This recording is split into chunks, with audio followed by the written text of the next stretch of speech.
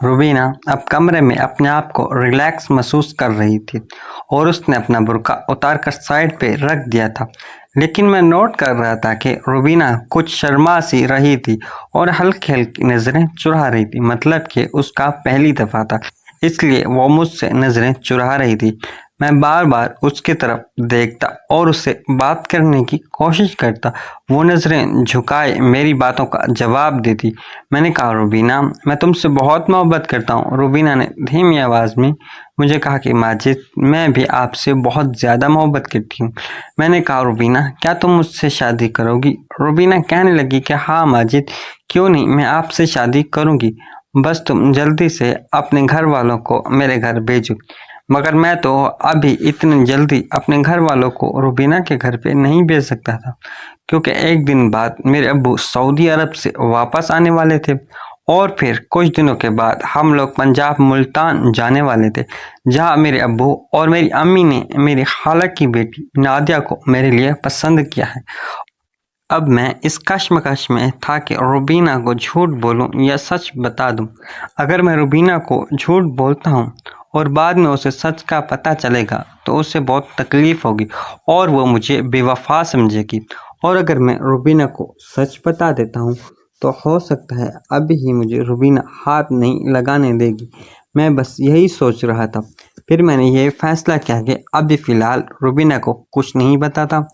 अगर बाद में मेरी बात नादिया से पक्की हो भी जाती है तो मैं रुबीना को बोल दूंगा कि मेरे घर वालों ने मेरे साथ ज़बरदस्ती की है, उसमें मेरी खुद की मर्जी शामिल नहीं है। तो मैंने फैसला कर लिया कि मैं अभी फ़िलहाल रुबीना को कुछ नहीं बता रहा।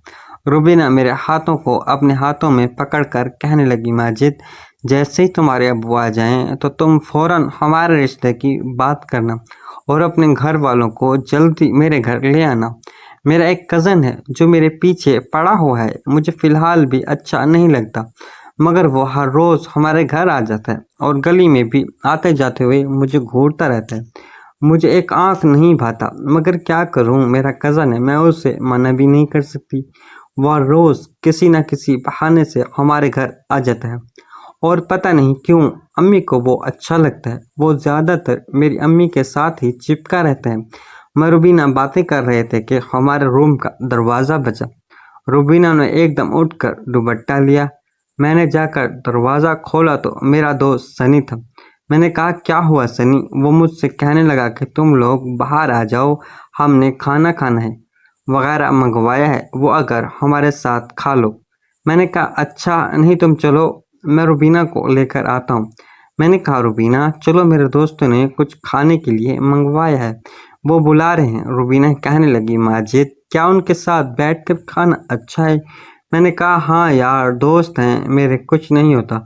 चलो फिर मैं रुबीना का हाथ पकड़कर ड्राइंग रूम में आ गया। वो दोनों बिल्कुल भी खाना लगाकर तैयार बैठे थे और काफ़ी सारे फल फ्रूट भी थे और बिरयानी भी थी और भी काफ़ी सारी चीज़ें थी। फिर हम चारों ने बैठकर खाना खाने लगे। सनी का दोस्त जिसके घर पे हम लोग मौजूद थे मुझे देखकर कहने लगा, माजिद, तुम्हारी दोस्त तो बहुत प्यारी है, तुम बहुत लकी हो जो तुम्हें इतनी प्यारी लड़की मिली है, वो भी तुमसे इतनी ज़्यादा मोहब्बत करती है। मैंने कहा, जी, वो तो मैं खुशकिस्मत हूँ, वाकई में रुबीना बहुत प्यारी है और मुझसे बहुत ज़्यादा मोहब्बत करती है। हम काफ़ी देर तक बातें भी करते रहे और खाना भी खाते रहे और फिर आखिर में सनी ने कोल्ड ड्रिंक निकाल कर दी और फिर हम चारों ने बैठकर कोल्ड ड्रिंक पीने लगे। हमें सनी के दोस्त के घर पर बैठे 1 घंटे से ज़्यादा का वक्त हो गया था। मैंने कहा कि यार हमें थोड़ी देर अकेले में रहने दो, तो वो दोनों कहने लगे कि बिल्कुल बिल्कुल, तुम लोग चले जाओ, अपने रूम में जाओ। फिर मैंने रुबीना से कहा, रुबीना चलो हम अपने रूम में चलते हैं। और फिर हम अपने रूम में आ गए।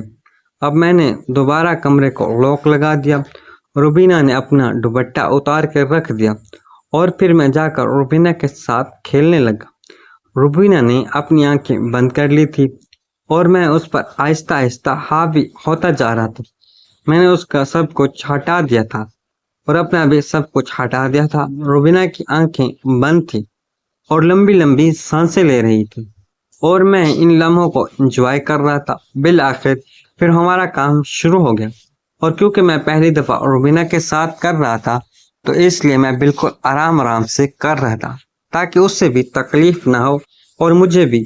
میں تو ویسے ہی اس کھیل کا ماہر کھلاڑی بن گیا تھا، لیکن میں چاہتا تھا کہ روبینہ کو بھی اچھا لگے، اس کو بھی کہیں سے بھی یہ نہ لگے کہ اس کا پہلی دفعہ ہے. میں چاہتا تھا کہ وہ بھی جنت کی وادیوں کی سیر کرے. اس لیے میں نے تمام کارروائی آرام سے ڈالی اور کافی لمبا لے کر گیا. حالانکہ ایسے بھی چل رہا تھا، مگر میں نے دیکھا کہ روبینہ پسینہ پسینہ ہو گئی تھی، اس کی سانسیں پھول رہی تھی اور ہمارا ایک دفعہ کام ہو گیا تھا. میں نے کہا کیا ہوا روبینہ، ٹھیک تو ہو؟ اس نے کہا ہاں ماجد، میں بالکل ٹھیک ہوں. مجھے آج پتا چلا ہے کہ اس کام میں کتنا سکون ہے. میں نے کہا ہاں یار، اس میں سکون تو بہت ہے، بس ہمیں جب ٹائم ملا کرے گا تو ہم ملاقات کیا کریں گے اور ایک دوسرے کو سکون پہنچایا کریں گے. روبینہ نے بھی ہاں میں سر ہلا دیا. میں اٹھا اور واش روم چلا گیا. ہاتھ منہ دھو کر واپس آیا تو پھر روبینہ بھی واش روم میں چلی گئی.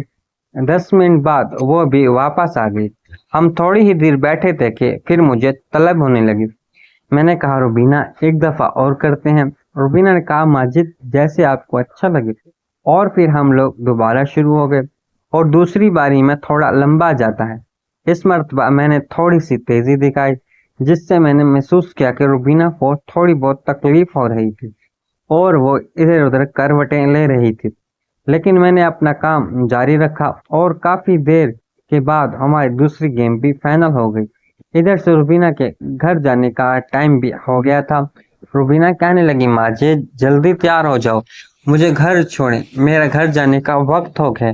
پھر ہم لوگ تیار ہوئے، باہر آئے تو وہ دونوں میرے دوست آپس میں باتیں کر رہے تھے.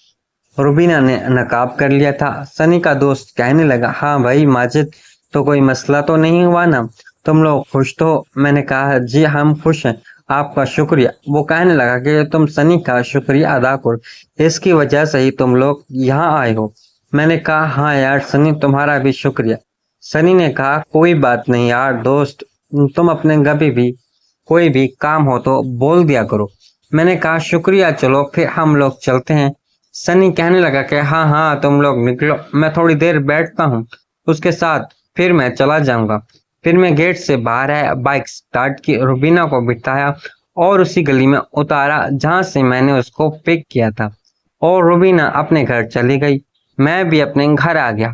میں فوراً واش روم گیا، نہا دھو کر فریش ہوا. پھر امی کو کہا کہ امی چائے تو بنا دیں. امی نے کہا بیٹھو ماجد، میں چائے بنا دیتی ہوں. تھوڑی دیر بعد امی چائے بنا کر لے آئیں اور مجھے کہنے لگی کہ کل تمہارے بابا آ رہے ہیں تو ان کو پک کرنے کے لیے بھی جانا ہے. میں نے کہا جی امی، میں نے اپنے ایک دوست کو بول دیا ہے، اس کی گاڑی بھی چلیں گے، پریشان نہ ہو، میں بالکل بھی تیار ہوں ابو کو پک کرنے کے لیے.